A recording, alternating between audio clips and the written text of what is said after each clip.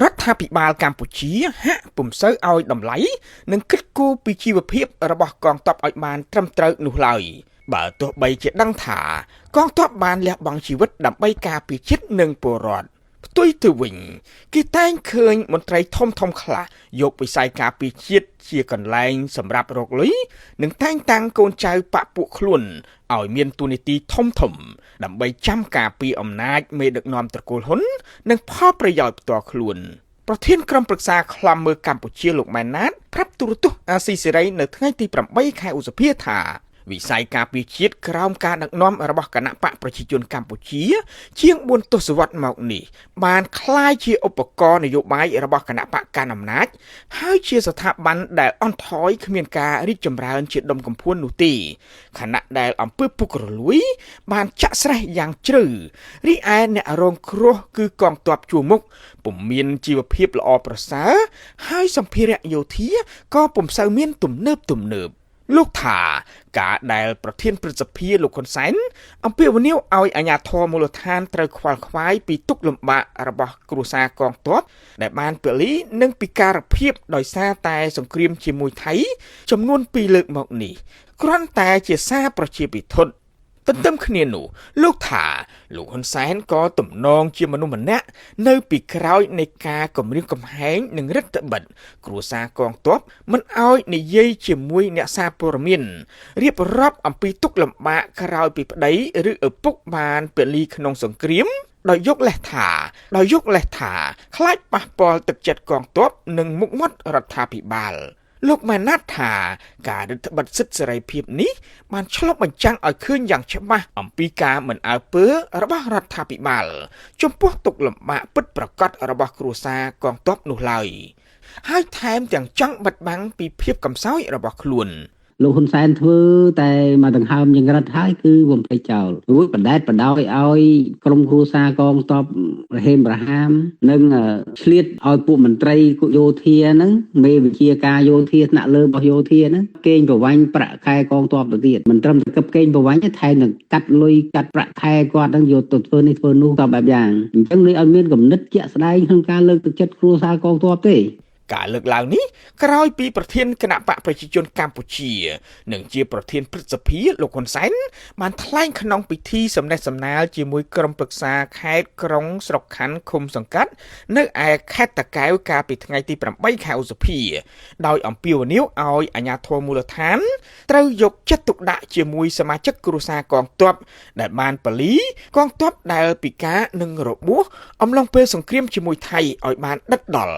ដោយលោកបានអះអាងថាកងទ័ពជួរមុខទាំងនោះបានលះបង់ច្រើនណាស់ដើម្បីការពារជាតិទឹកដីនិងប្រជាពលរដ្ឋទាំងមូលសូមលោកមេឃុំជំទប់និងសមាជិកក្រុមប្រឹក្សាឃុំមន្ត្រីចុះមូលដ្ឋានរបស់យើងក្តាប់ឲ្យចប់ថានៅក្នុងមូលដ្ឋានរបស់ខ្លួនមានអ្នកយុទ្ធជនពលីប្រមាណមានយុទ្ធជនពិការប្រមាណមានគ្រួសារដែលនៅសមរភូមិមុខប្រមាណកុំឲ្យគ្នាប្រយុទ្ធនៅមុខផងប្រពន្ធនៅអង្គរចិត្តឆ្លងទលេគឺឆ្លងទលេគ្មានការអើពើពីអាជ្ញាធរមូលដ្ឋានសូមចិត្តបងប្អូនការពារជាតិអ្នកដែលរងក្របរំសេវនៅកមុខដើម្បីសេចក្តីសុខរបស់យើងទាំងអស់គ្នាដូច្នេះគ្រាន់តែយើងអើតមើលជួយទំនុកបំរុងសម្រាប់ក្រុមគ្រួសាររបស់គាត់គឺជាកាតព្វកិច្ចដែលយើងចូលរួមក្នុងវិស័យការពារជាតិទៅហើយបកគោលគ្រួសារត្រូវបានបាត់បង់ពលីជីវិតទៅហើយយើងត្រូវជួយមើលពួកគាត់មើលកូនគាត់ដើម្បីឲ្យកូនគាត់បានរៀនសូត្រទោះជាយ៉ាងណាគេសង្កេតឃើញថាចាប់តាំងពីកម្ពុជាមានសង្គ្រាមជាមួយថៃចំនួន2លើកមានគ្រួសារកងទ័ពមួយចំនួនបានប្រើប្រាស់បណ្ដាញសង្គមអំពាវនាវដល់សប្បុរសជនឲ្យជួយដល់ពួកគាត់ព្រោះតែជីវភាពខ្វះខាតខណៈកងទ័ពខ្លះពិការនិងមានជំងឺប្រចាំកាយទាំងគ្មានថវិកាសម្រាប់ចំណាយលើការព្យាបាលឲ្យបានត្រឹមត្រូវរីឯកងទ័ពខ្លះទៀតដែលមានការចាប់អារម្មណ៍អំពីការប្រើប្រាស់បណ្ដាញសង្គមក៏មានសប្បុរសជនជួយច្រើនរួមទាំងមានប្រាក់ឧបត្ថម្ភបន្ថែមពីរដ្ឋាភិបាលចំណែកគ្រួសារកងទ័ពខ្លះដែលពុំចេះប្រើបណ្ដាញសង្គមដើម្បីសុំជំនួយពីសប្បុរសជនបន្តរស់នៅដោយជីវភាពខ្សត់ខ្សោយ រីឯកងទ័ពម្នាក់ដែលបានឈោះជើងនៅជួរភ្នំដងរែកខេត្តឧត្តរមានជ័យអំឡុងពេលផ្ទុះសង្គ្រាមជាមួយថៃចំនួន2លើកប្រាប់ទូរទស្សន៍អាស៊ីសេរីក្នុងលក្ខខណ្ឌមិនបញ្ចេញឈ្មោះនិងសម្លេងថាបច្ចុប្បន្នលោកកំពុងតែដេកសម្រាកជំងឺជិត7ខែហើយលោកត្រូវលាងឈាមជាប្រចាំសប្តាហ៍នៅមន្ទីរពេទ្យកេតុមាលាឬហៅថាពេទ្យទាហានភ្នំពេញក្រោយពីរងឥទ្ធិពលផ្សែងពុលរបស់យោធាថៃកាលពីអំឡុងពេលផ្ទុះសង្គ្រាមជាមួយថៃអ្វីត្បិតតែលោកមានជំងឺដោយសារតែសង្គ្រាមក្តីលោកពុំបានទទួលថវិកាឬការមើលថែដិតដល់ពីរដ្ឋាភិបាលនោះទេបច្ចុប្បន្នលោកកំពុងតែស្នាក់នៅក្នុងបន្ទប់ជួលដ៏តូចចង្អៀតមួយនៅរាជធានីភ្នំពេញដើម្បីចាំលាងឈាមប្រចាំសប្តាហ៍ព្រោះលោកមិនអាចត្រឡប់ទៅភូមិកំណើតនៅឯខេត្តឧត្តរមានជ័យបាននោះទេព្រោះឆ្ងាយគ្មានថវិកាចំណាយថ្លៃធ្វើដំណើរកន្លងទៅលោកធ្លាប់បានថវិកាខ្លះពីសប្បុរសជននិងអំណោយបន្តិចបន្តួចពីរដ្ឋាភិបាលទុកគ្រាន់ទិញម្ហូបនិងទិញថ្នាំសម្រាប់ប្រើប្រាស់ប៉ុន្តែសប្តាហ៍ថ្ងៃលោកកំពុងជួបការលំបាកជាខ្លាំងព្រោះគ្មានថវិកាគ្រប់គ្រាន់ហើយជំងឺលាងឈាមរបស់លោកក៏តែងតែធ្វើទុកពេលខ្លះសឹងតែដកដង្ហើមមិនដល់គ្នាទោះជាយ៉ាងណាលោកពុំសូវហ៊ាននិយាយឲ្យបានទូលំទូលាយឬអំពាវនាវដល់រដ្ឋាភិបាលឲ្យជួយថ្លៃព្យាបាលជំងឺនោះទេព្រោះមានគេហាមមិនឲ្យលោកនិយាយនោះទេជាមួយគ្នានោះកងទ័ពខ្លះបានរៀបរាប់ថា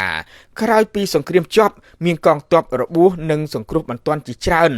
បានបញ្ជូនមកមន្ទីរពេទ្យរុស្ស៊ីភ្នំពេញ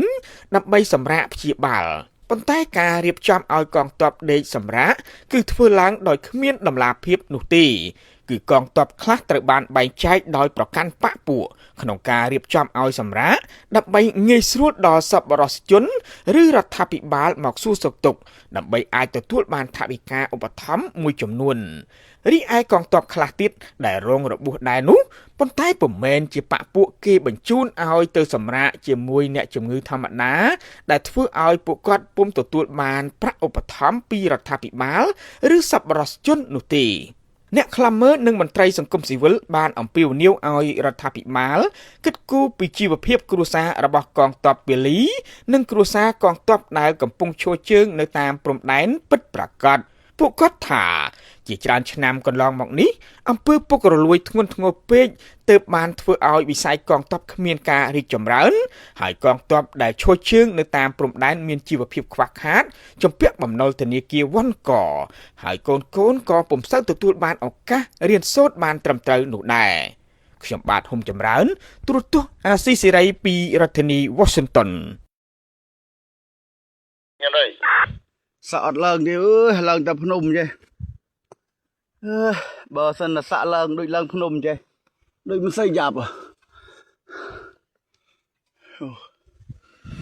ធ្វើម្ដេចជាតិនេះកើតមកក្រហើយថែមលហេមលហាម